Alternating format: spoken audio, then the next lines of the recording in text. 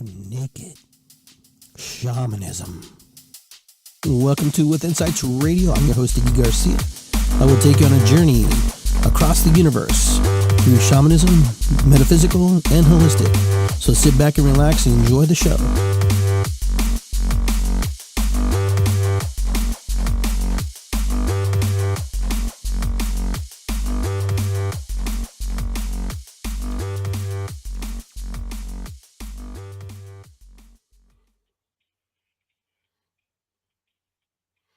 All right. Welcome, everybody. Welcome to Iggy Garcia Live. I'm Iggy Garcia, the guy with the panda hat. Take this off because that will distract me. Jan, how are you? Good to see you.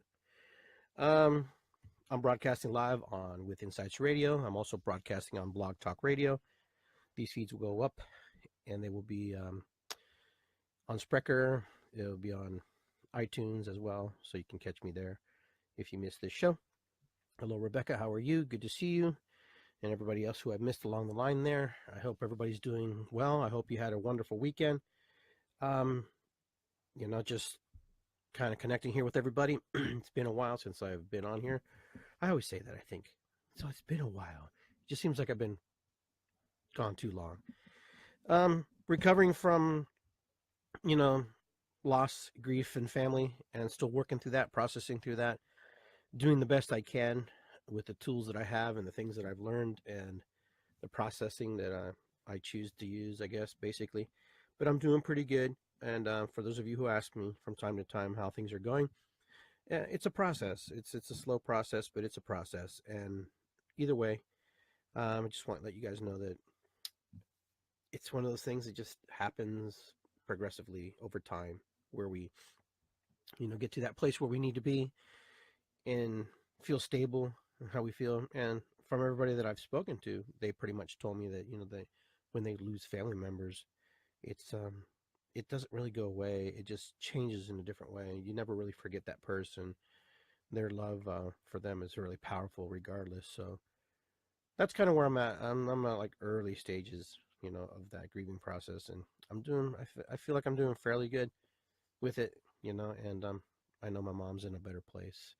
So I want to give a shout out to her because I know she's doing good. She's one of my inspirations. She's one of the reasons I do the things that I do.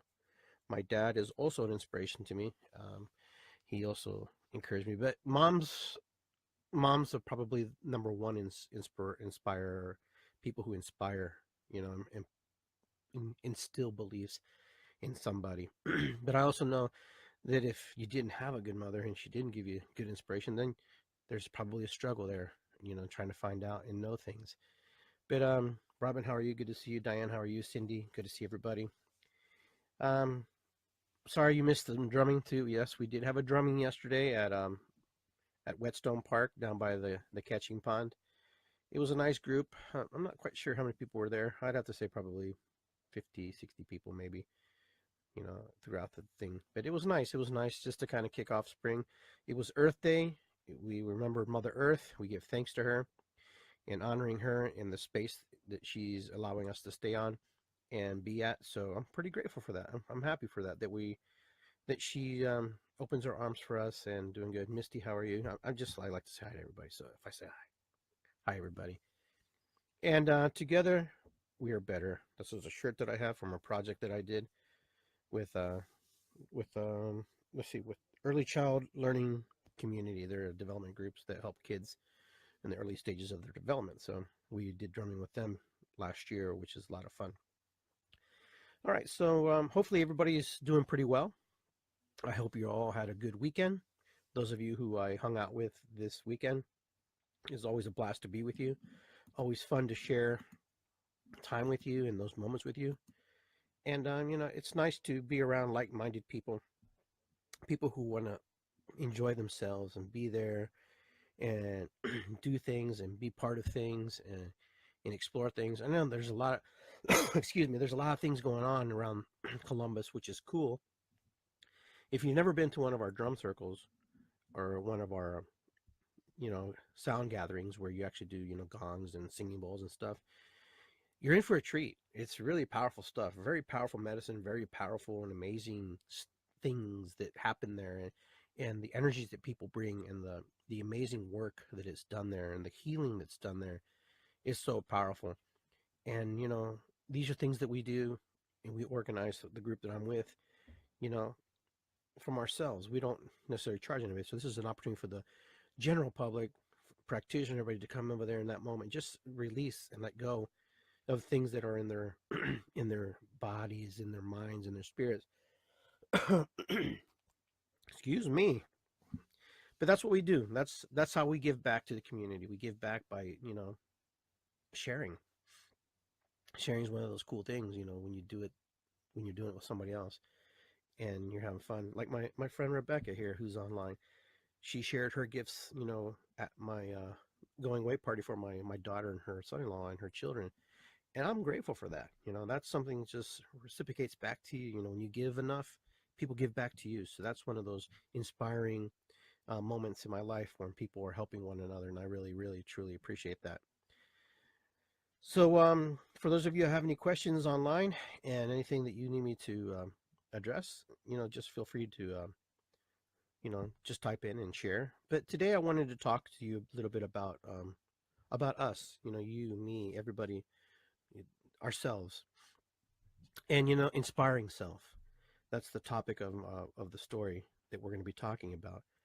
And there's a lot of things that we could draw inspiration from, but a lot of us, our first person who gave us inspiration is the person who probably raised us, someone who birthed us, and that's not always the case later in life. But generally, I'm going to say generally, I'm going to generalize here. Generally, moms are very loving of their children, and they love them.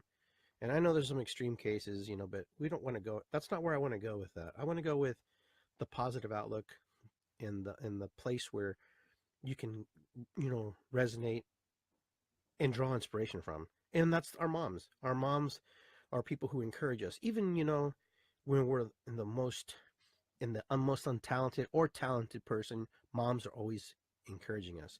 And those of us who are lucky enough and fortunate enough to still have our mothers, sometimes we take people for granted. I don't want to say I took my mom for granted, but there's a part of me that probably did, just thinking that she'd always be there. And that's in the capacity that I may have taken advantage of her inspiring gifts, her loving moments, just thinking that, I was never going to lose her. And, and I lost her. But she's an inspiration to me. My mom is, still inspires me. She still drives me to do better.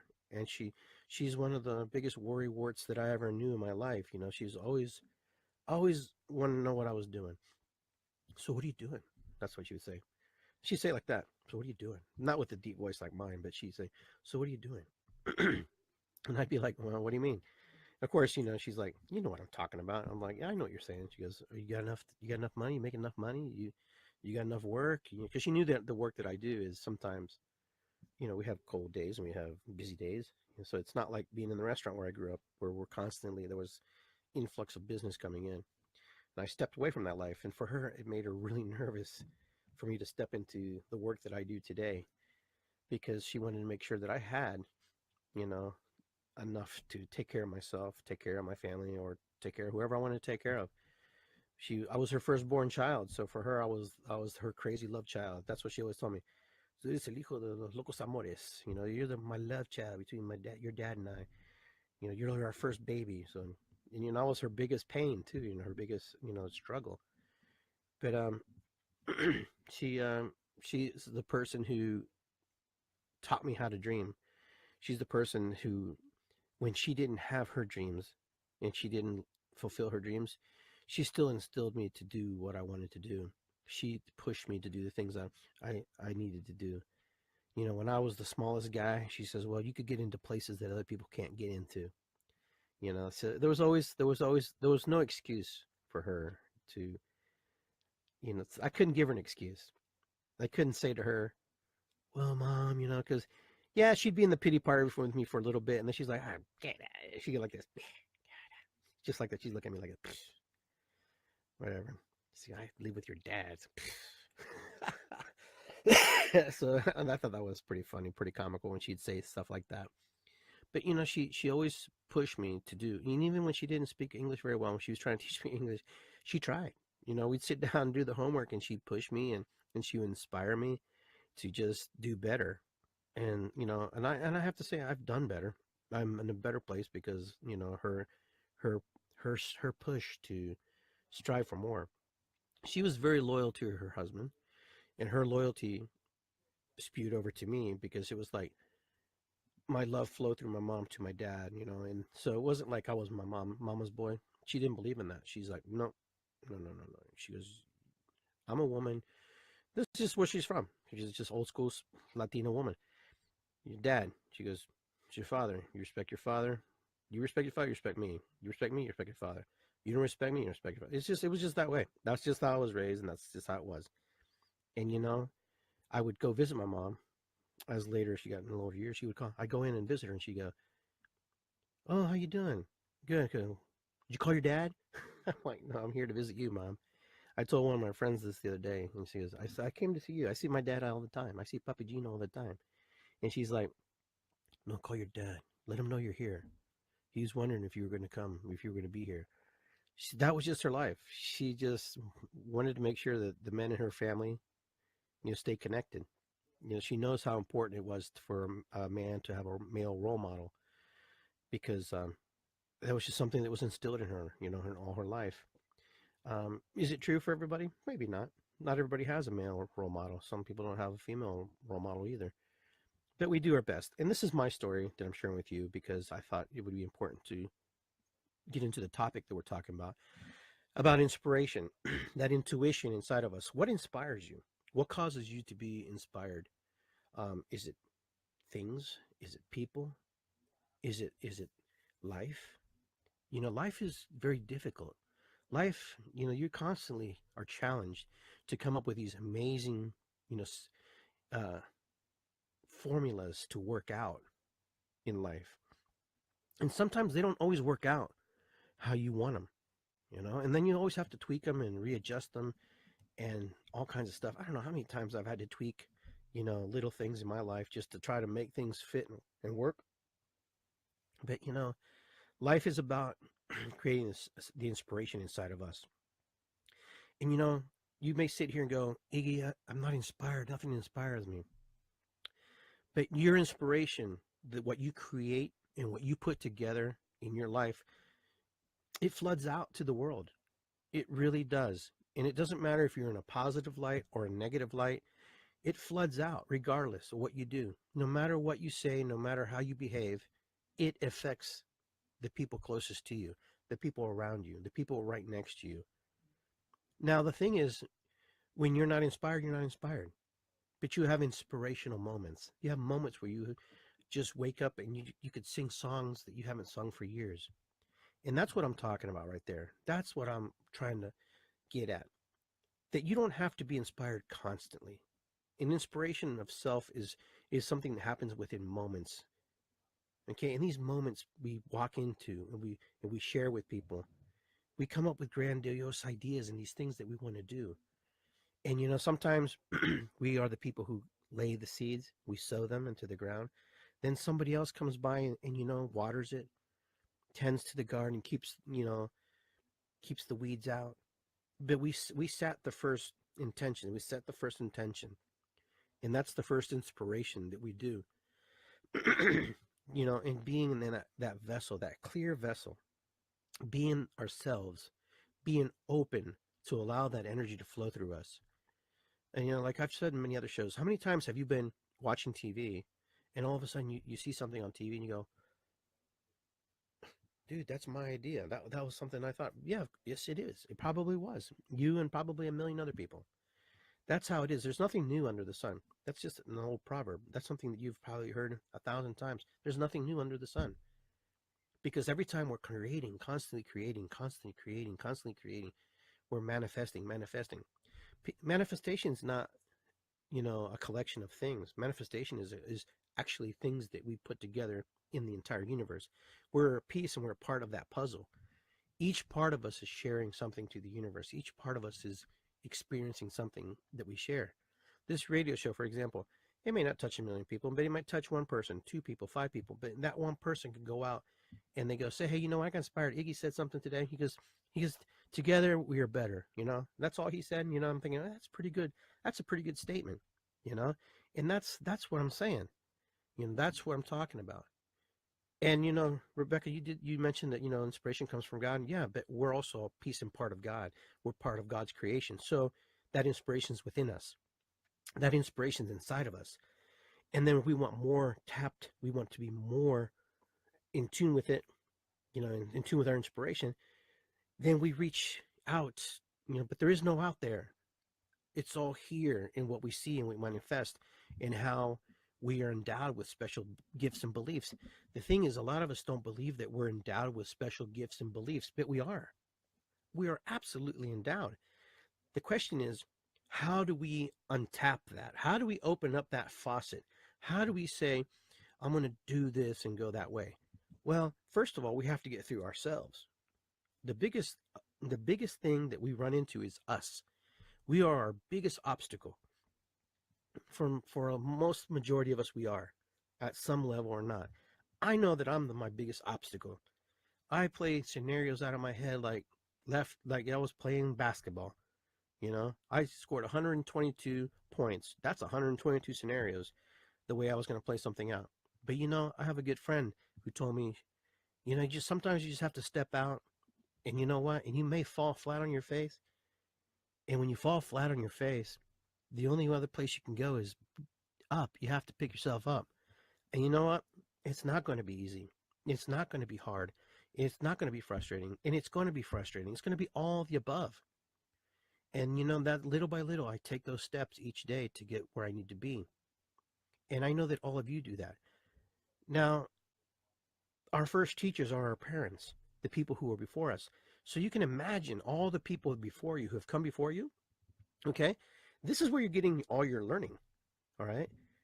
This is where you're learning from. This is where your foundation comes from. This is where you are getting the majority of the stuff you have in your filing cabinet is right in here. Is here. Is from mom and dad. And most of our mom and dads, you know, have childlike behavior. They still do things just like you do. They messed up, they screwed up and everything.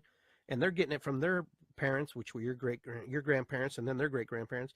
And this information is being passed down 7 generations deep. Okay? But along the line, things get changed. There's a little bit here, a little bit there, and a little bit more this way. But then sometimes some things stay the same.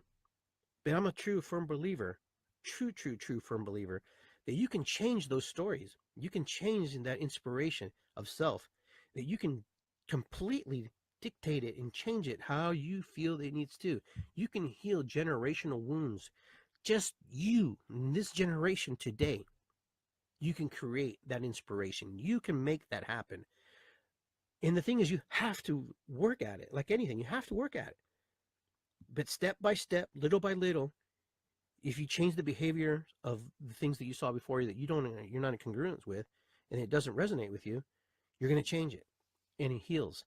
There's multitudes of ways to do it. You can do it through writing, you can through storytelling, journaling, any types of healing modalities, soul retrieval, so you can remember, anything. You can go do a past life regression. You can do Reiki. I don't care what you do. But the thing is to get started. And sometimes the reason we don't start is because we don't see and we don't understand that behavior is out of order. We're so used to being in it that we don't realize it. It's kind of like the eagle that fell from the sky when it wounded its wing and landed in the chicken coop and stayed there for a long time. It thought it was a chicken. It just lived like a chicken. It clucked like a chicken. It scratched like a chicken. And, one day his wing, healed. He flapped a little bit. He goes, I'm a little bit different than these chickens. And then one day another eagle came by and goes, hey, dude, what are you doing? He goes, well, I'm scratching and eating worms. Dude, you're an eagle. An eagle? What do you mean? I've been here. He's been there so long.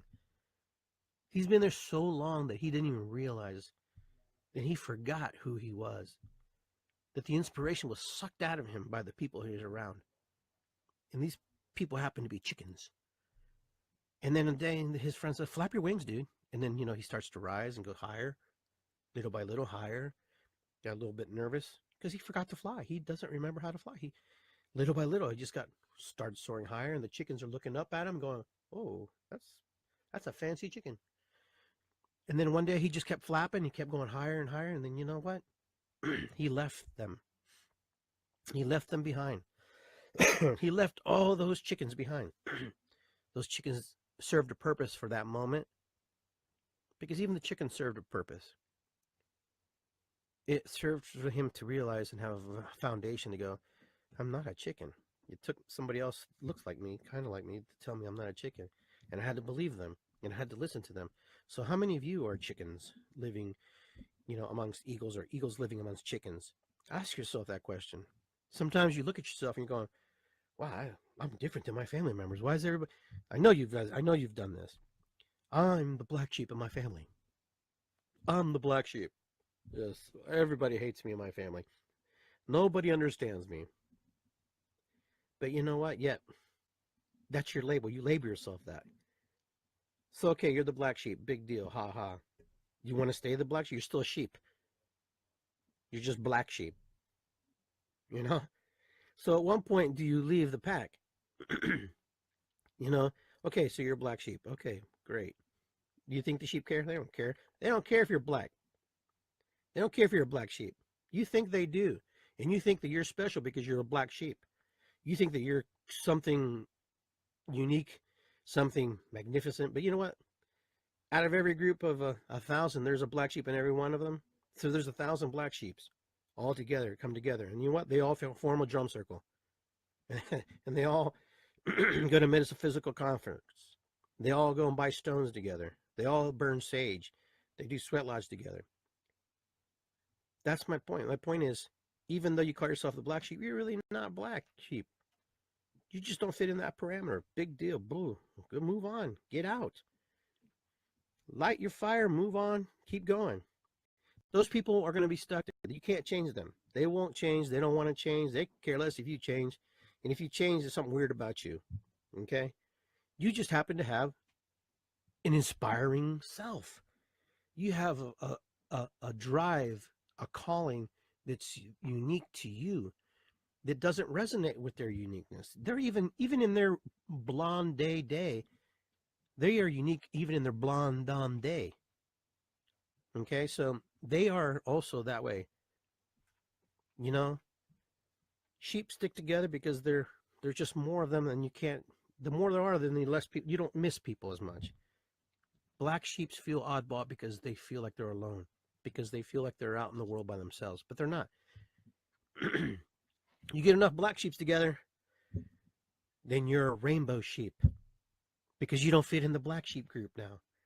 Come on, that's what happens. We label ourselves, okay?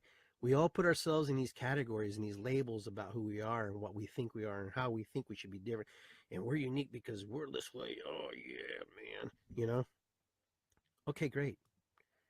But when do you make the difference in your life in order to make difference in other people's lives? That's the key. How do you inspire the world? Well, you can't really inspire the world if you're not going to inspire yourself. You're not going to find ways to inspire you, who you are, and what you feel you think you bring to the table, to this world. I know there's a lot of you on this podcast, listening and watching on this live stream, who look up to the stars and go, "Oh man, I wish I was the aliens come and get me and take me away." Some of you going, I'm here for a purpose on this planet and this earth. And you know what? I'm going to say, yeah, you are. And what you waiting for? Are you waiting for an invitation? Because there's an invitation every day. There's an invitation to self-inspire and to self-create and self-motivate. Yeah, it could be difficult. Yeah, you could be depressed. Yeah, you could be upset. Yeah, you could be pissed off. Yeah, you could be happy. Yeah, you can have every excuse in the world. Yeah, you could be positive. But when do you want to create self-inspiration? When do you want to grow? When are you ready to grow from the place that you are? When are you ready to invite those enlightened moments right now in your life to come into you and change you?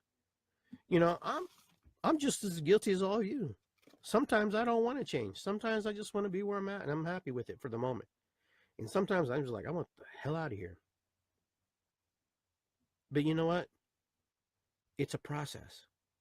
And that's when you have to understand it's a process, step by step. It's like becoming an adult. As a child, you're like, oh, I want to grow up. I don't want to be a kid no more. You reach, some of us have those moments. I know I did. The adults seem to have it better. Now I'm an adult. I'm like, man, I wish I was a kid sometimes. I don't have to worry about too much. But everything has its process. Everything has its day. Everything has its moment. And as you're growing, as you're inspiring, as you're developing as a human being, as you're developing as, you know, a light worker, as you're developing as part of the ant colony here on planet Earth, because we're all on this together. I mean, we have to create those inspirational moments inside of us. You know, peace begins with me. You know, when I heard that for the first time, I didn't quite understand what they meant. Peace begins with me. You know, and that rattled in my head for a long time. Peace begins with me. I knew what they were saying, but it was hard for me to take on that responsibility, to take on that mantra that peace begins with me. That peace starts here and outwardly. And when I have peace in me, myself, aspects of peace, pieces and parts of peace of me, you know, where I'm in a good place, then I share that to the world. That goes outwardly. That goes out there. So inspiration, you know. And I'm going to read this one because this is from my good friend John McMullen. He says, inspiration is our intuitive connection between our divine and our humanity.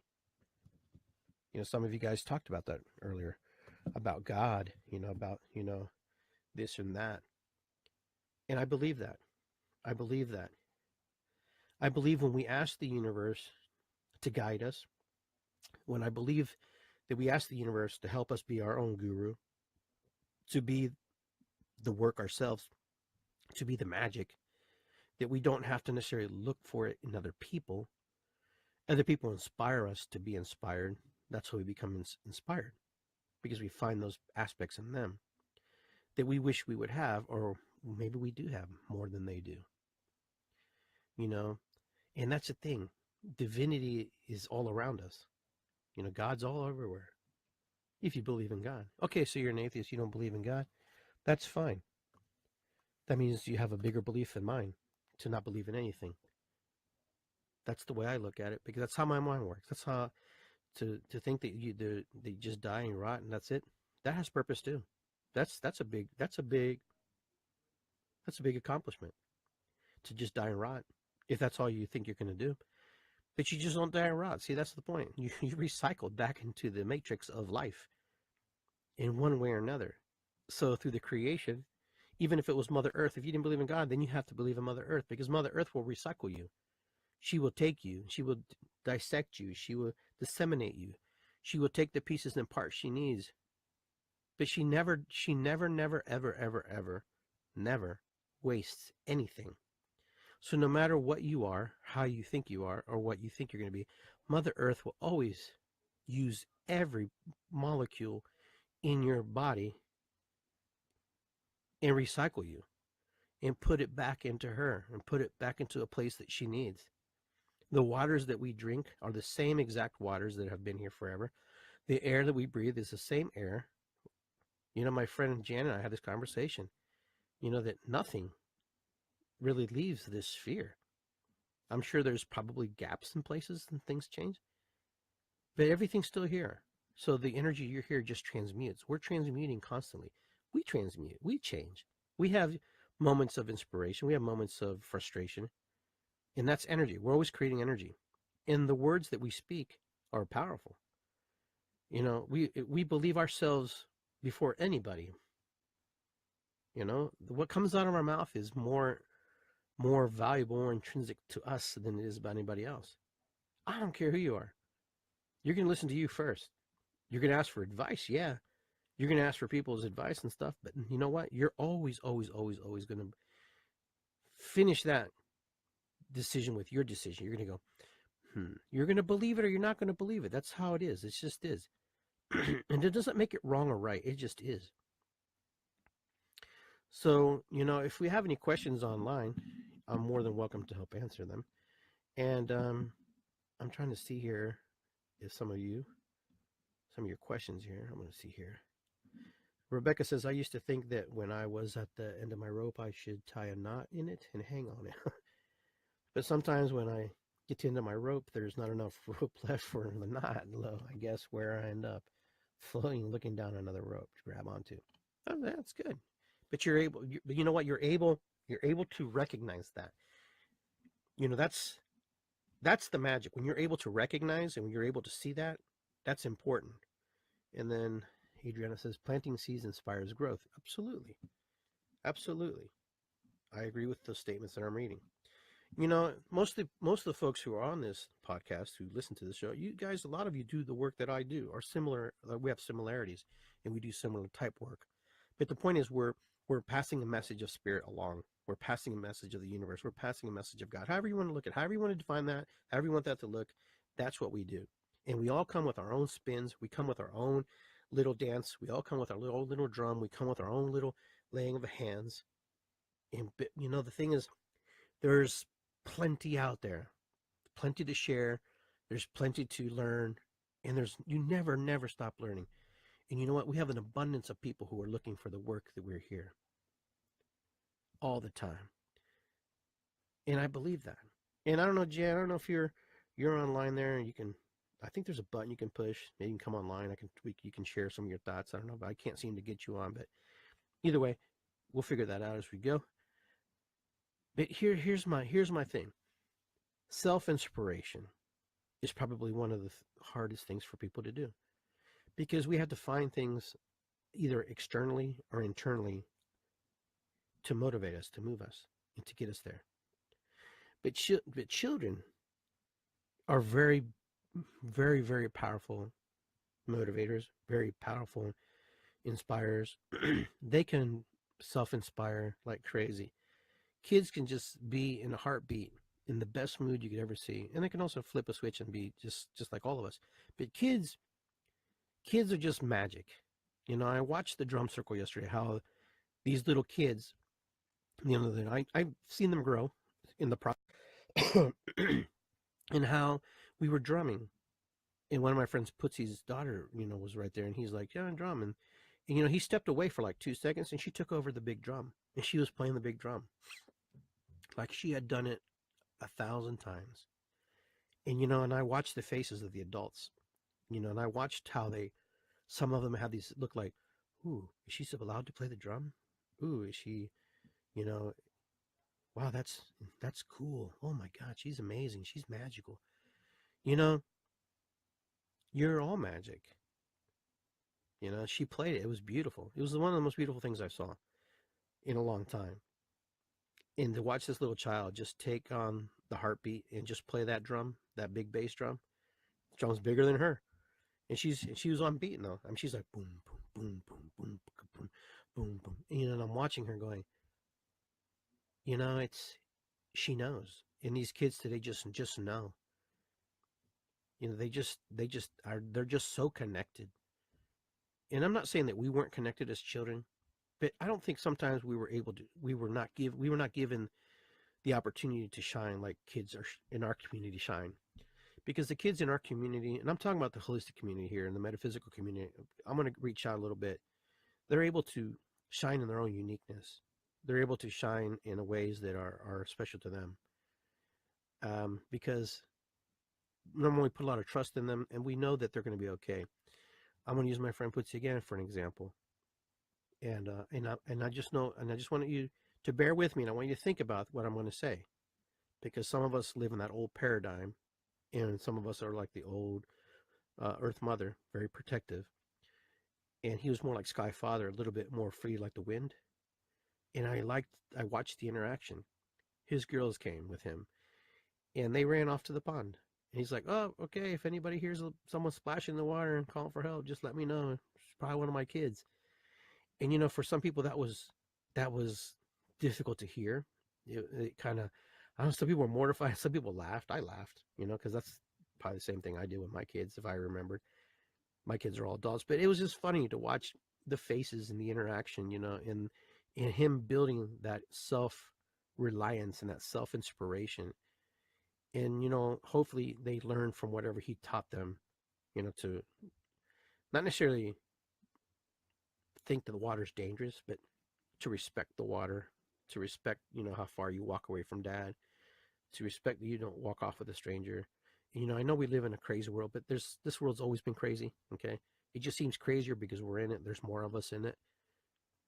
But I watched that interaction, and I watched how people responded. I watched how people, uh, I don't want to say placed judgment on purpose. It was just judgmental because they just thought I would never do that with my kid, kind of attitude, kind of feel, and that was okay. And that's fine because that's that's your choice. That's how you raise your kids, and that's how you did it, and that's how they turned out however you want them to turn out. But it's just funny how our experiences of things, and that's all it really was. It was experiences and memories and teaching and passing of knowledge that we applied upon Pootsie's, rearing of his kids at that particular moment, just in that moment. He, and I'm sure he was probably half joking to begin with, but it still was amazing how we weaved it. The community became concerned and became connected and became more attentive, to watch his child and to keep an eye on him, and how we all just came together. And see, that's the thing people don't realize. Indirectly, we all helped each other. We all became a community, and we worked together to drum. We worked together to keep an eye on not just his kids, but other people's kids, inviting kids to the circle and drum in the circle. Never did we ever say, no, you can't dance. No, you can't play the drum. You know, if they were out of hand, we would correct them in an appropriate way. But it was beautiful because I thought that was magical. And I thought it was something that was really powerful. And it's something that, it was needed to be done. And sometimes, we get into these places and we get into these moments of learning how other people live and how other people move and how other people dance, how other people have their rhythms and how other people move through that, through life. These circles that we create, these drum circles, when we're in there, we're creating community. We're creating like-minded ideas. We're coming in to learn new ideas. We're coming to learn how to embrace one another and bring all these ideas together, you know? And it was an amazing thing. It was an amazing thing, and I thought it was just in how we all came. And there's people who had never been to a drum circle, but I've known on Facebook, and then they introduced themselves. This has been 2 years I've been wanting to get here. I'm glad I got here today, and today was the day. And today was the day. But we create community. We create inspiration. We create self-inspiration. We create something that you're not able to do in your regular life. But when we create this environment where people can actually foster, harness, deep down emotional stuff and bring it to the surface, release it, embrace it, love it, dance with it, drum with it, that's magic. That's some serious magic. And that's what I enjoy. And I know not everybody dances, and I know not everybody drums, and not everybody's going to play it hard, the drums, and not everybody's going to play it soft. But we all come with our own personalities. We all come together, And I'm just going to reach out there. We're all the black sheep, right? All there together. But I don't like to play with labels because then even the black sheep's label, what after you're black, what color do you become? A white sheep? Because you don't fit in that circle? Get out. But, it's just funny. I just crack up. I'm just human. I'm a human being. I'm having this human being experience. My spirit is rolling through here and dancing through here. I'm a piece of God. I'm a splinter of God floating through the universe, just like all of you are. But not everybody believes that. I know that because I've talked to people. I talk to a lot of people, and a lot of people don't believe that they don't even want to go there. They don't even want to think that they're even a piece of God, but they are. If you're a child of God, that means you're a piece of God.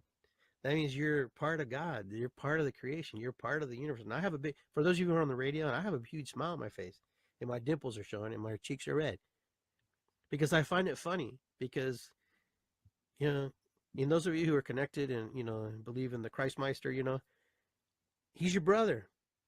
He's your bro. So we're all brothers and sisters in this thing. So we're all part of this magic universal dance. So you are God. You have a piece of God. If you don't want to, if you don't think you're God, that's fine. That's okay. But God lives through you. He experienced life through you, or she. But it is. It's a manifestation outwardly through us, in us. It's magic's amazing. When we allow to, when we allowed our hearts to open, our third eye to open, our throat chakra to open, our heart chakras to open, our solar plexus to open, you know, and then our root chakras to open. When all that's open and flowing in a good harmonic place, we see things differently. We see life completely different. We embrace life in a way that's, you know, much different than we do. Each day, and this is a process for me as well, each day I get closer to whatever I think closer is. I don't know what it looks like, but it feels good in that moment. My friend Jan, she asked the question, are you the keeper of the light? Yesterday, after we were finished with the drumming, that was one of her questions to the people on the table. We were there, and I found it really interesting. Everybody has their own version and experience of what that means and how they look at it. So, I mean, I could ask the same question: Are you the keeper of the darkness? Your mind starts to do all kinds of crazy stuff. Do you like do you dance with the dark? Oh, no, no,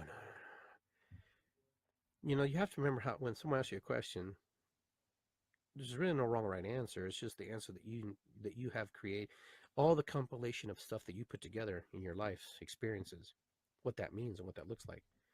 People think that being in the shadows is a bad thing. There's times that you need to be in the shadow. The trees cast shadows, right? Because it's a hot summer day, and that's a legitimate answer to what I'm saying. Being in the shadow works is not a bad thing. Being in the lights is not a bad thing. You can get too close to the sun and get burned. Too much sun exposure as well. So, can you have too much enlightenment? Can you have too much shadow side? I don't know. I can't answer that for you. Only you can answer. But I'll tell you one thing. Being in the light moment for me is that's the thing, enlightened moment. I have enlightened moments where I'm just doing some amazing crazy stuff. And then there's some days that I just don't feel like doing anything. I just feel like I just need to be down here and I need to hide in this little shadow spot for a little bit. I'm comfortable right here. I don't want to be bothered right now. Does that mean I'm not in the light? No, absolutely not. In order to cast a shadow, you have to have a light, right? Vice versa. When there's a light comes on, there's a shadow. The sun shines, there's shadow. The shadow sides. Don't think it's bad. Don't think that it's one of those things that's detrimental. Now, how do we inspire in the light? How do we tell the world that we're want to share with it? Well, to be honest with you, you just share. You just share. You just do it. You don't know who's listening. You don't know who's watching. You don't know who is paying attention. And if you're doing it just to get all those things, those accolades and to be recognized, maybe you're doing it for the wrong thing. Maybe you should do it because you want to do it. Because when you do it, the right people show up, period. It doesn't matter. And even if you're doing it just to hear yourself, then it's because you're doing some self-development, doing some self-work. Maybe you're the one who needs to hear it. Maybe nobody else needs to hear what you need to hear, but you do. You know, together we are better. Maybe that's what you need to hear. Maybe that's what I need to hear. Sometimes we think that we don't touch people's lives, but we do. I have some amazing friends. I have some amazing people who walk in and walk out of my life, just like you do. There have been some people who challenge me. There's people who challenge me right now.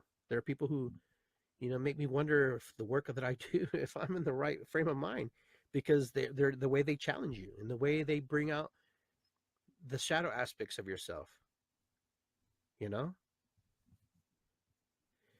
But that's the thing. And sometimes I'm more grateful for the person who helps me bring out the shadow aspects of me, because then it makes me wonder, it makes me self-analyze and self, recognize that I have some things that I need to work on. And I understand, because I do this work, that it's a constant development. And I get that. There is no getting there. You're there when you're there. When you're there. That's it. So when you're there, you have to make a decision. How are you going to react or respond? Are you going to create an inspirational moment for yourself? Are you going to create an inspirational moment for others around you? Are you going to help create? Because even when you destroy and you bring something down and you take it apart, you're helping create something new after that. Because even you disconstruct and bring it apart, take it apart, take a piece that's out of there and just leave it down there, you're still creating. That's a creation. It's not, maybe it's not a positive creation in the sense, but it's creation. So someone else can come back and put the pieces together. And sometimes the pieces just stay there and then it's just absorbed and reclaimed. That's why the Earth Day for me is a very powerful day. Earth Day is one of those things where it's just a memory. And I mentioned to everybody that Earth Day is every day for me. Earth Day is every day. Because this is the only home I know. This is the only place I'm aware of that I've been on consciously. Subconsciously, I have other thoughts, of course, about things. But we have to find ways to inspire ourselves so we can actually take care of what is in front of us. Mother Earth will reclaim everything. Mother Earth will do whatever she does in order to keep herself stable and healthy. We're nothing but mere fleas upon Mother Earth. And when she shakes, she's like, see you later. We're gone. We become a new existence. We become a new idea. We become a new foundation for something else, because from our bones other things grow. Just like the dinosaurs, from their foundation, from their existence, we pump the blood out of the Mother Earth to fuel cars, to fuel planes, to fuel a lot of stuff. So don't think that because we're smart that we got it all figured out. So how do we inspire? How are we gonna inspire this humanity, you as a person individually, to make this a better place? Because this place is important to all of us, not just you, not just me, to everybody. Everything that we have here is on loan to us from the next generation. The next generation has loaned this to us, has given us the responsibility to take care of this, so they have something.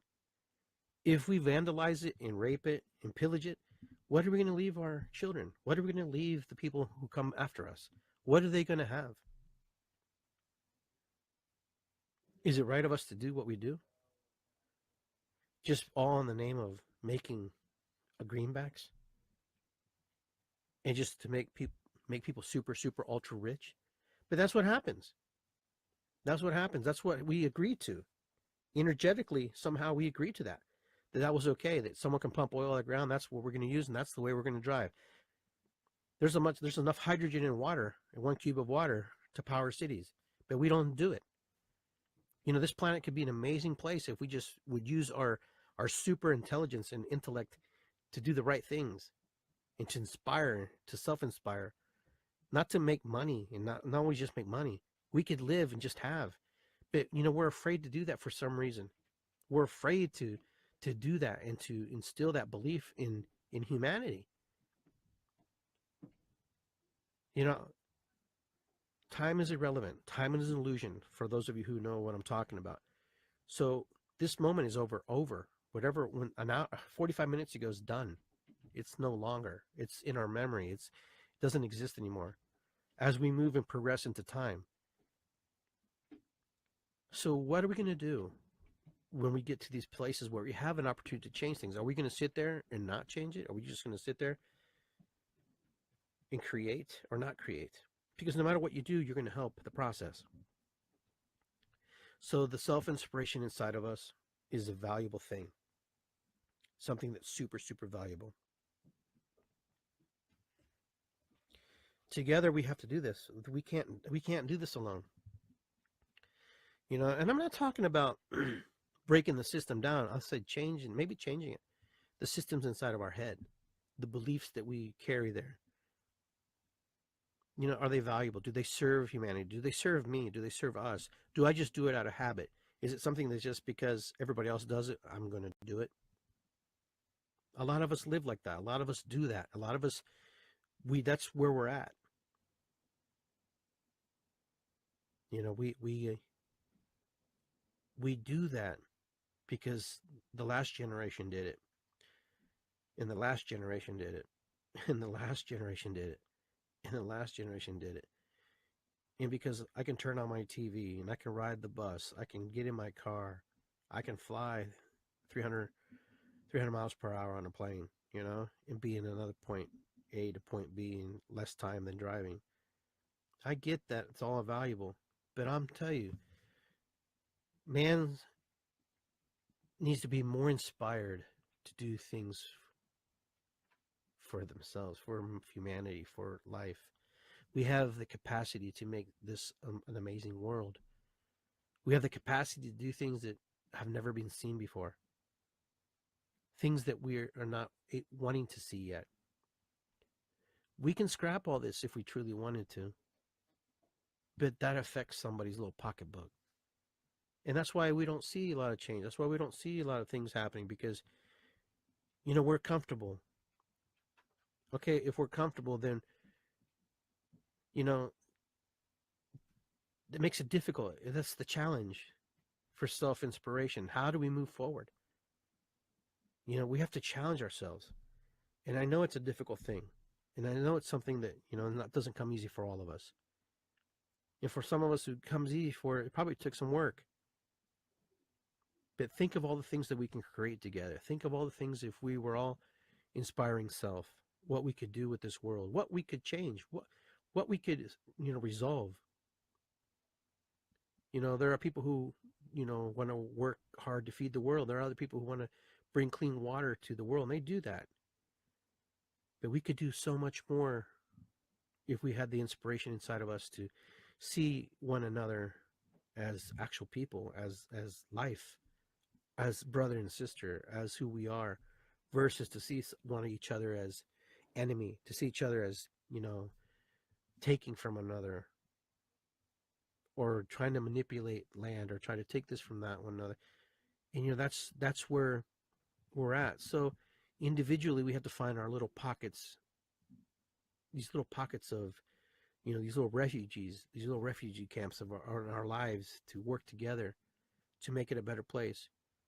Does the drum circle solve the answers of the world? It could. Could we solve problems there in the drum circle?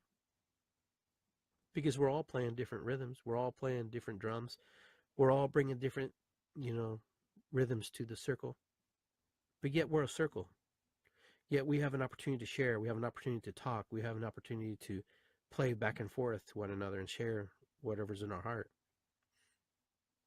So, the drum circle, the gatherings, whatever you do, wherever you go, the churches you hang out in, the clubs you talk in, everybody has a moment to inspire another human being. That's self-inspiration. People see it. When you're self-inspired, people see it in you. People notice it. People know when you're trying to make a difference in your life. People know when you're trying to move forward and when you're trying to get to a place you need to be. They do. They see it. It exists. It's there. There's beauty there. The beauty's within us. And it's just waiting to come out.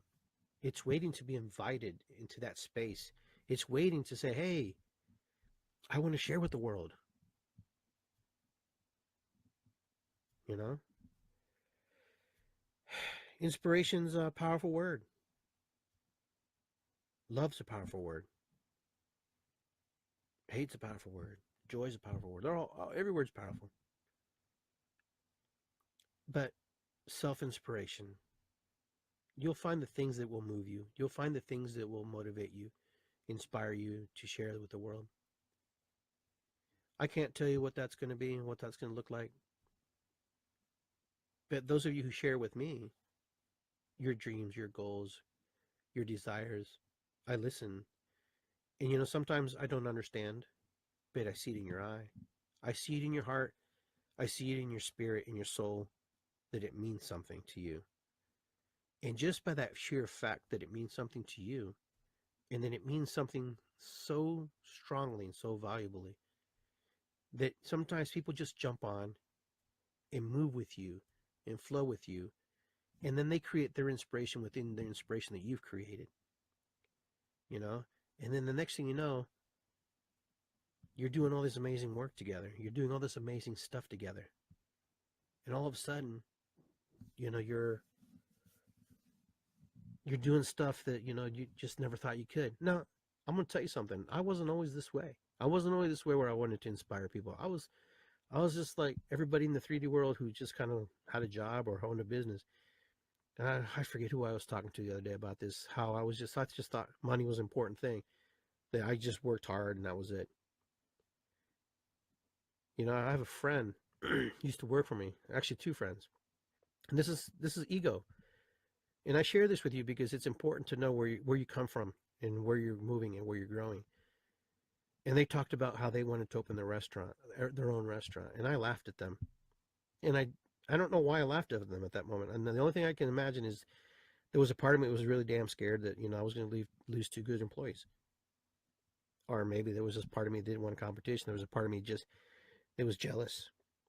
But it wasn't right of me. It wasn't right. It was not correct to put somebody else's dream down and put somebody else's desires, and, you know, and tell them that they couldn't do it. You know, you don't know how much influence you have on somebody, especially at certain ages and in certain moments in their lives. You know, now today, if someone has a dream, I encourage it. I don't care how big, how small, it doesn't matter. But there was a time when that I was just not always, you know, on that boat, you know. And I share that with you because I think that's important for you to know that we're all growing and we're all going through that mission. But, you know, my friend today, she has her own little portable restaurant. You know, she pulls it around with her husband. She sells her tacos out of it. And you know what? And for me, I'm just tickled to death and happy that they're doing it. And it's impressive, and I find that like magic. You know, that her dream was big enough to overcome what other people thought. Even me, you know, as a friend who I wasn't a very nice friend back then to say that. And I apologize for that. That I actually said that to somebody, that I actually felt the urge that I had to be like that. But I'm glad that I can come here and say, hey, you know what? I was wrong. That was not cool of me to do that and to say that. Because now they're doing well and they're enjoying their life the way they want to enjoy it. And I'm happy for them. And I like to watch and see their success and their story grow. And that their self-inspiration has manifested itself. And it's going to grow even better and bigger when they're ready to do it. So I implore them to keep plugging away and keep doing the hard work, because it is hard work to run a food truck. But do it because, you know what? It's your dream. And your dreams are powerful. Your dreams are important. And if you don't love your dreams, you don't foster your self-inspiration, nobody else will. I tell you that right now. So my friends, I'm glad that you tuned in today and you were hanging out with me. Hopefully I gave you some things to think about. I'm not really here to tell you what to do, because you'll figure that out. But I know that deep down in our souls and inside of our hearts, we all just want to do better. That we all want to do the best we can with the limited time that we do have. And I love you all. Take care very much of each other. Love one another. Be well. And I'll see you guys soon. We'll be on episode 43 here in a couple weeks. And take care. And I will see everybody Sunday for the Gathering of Sounds, our little sound bath that we're going to do. So hopefully you can make it to Whetstone Park down there by the casting pond where we were the other day with the drumming. So take care, my friends. Peace and love. Be well. Always do better. Do your best. Ho'oponopono. Much love. Take care. Inspire yourself. Inspire others just to do better. Encourage people to do better. Encourage people to dream. You don't stop dreaming. Do well. All right. Take care, my friends.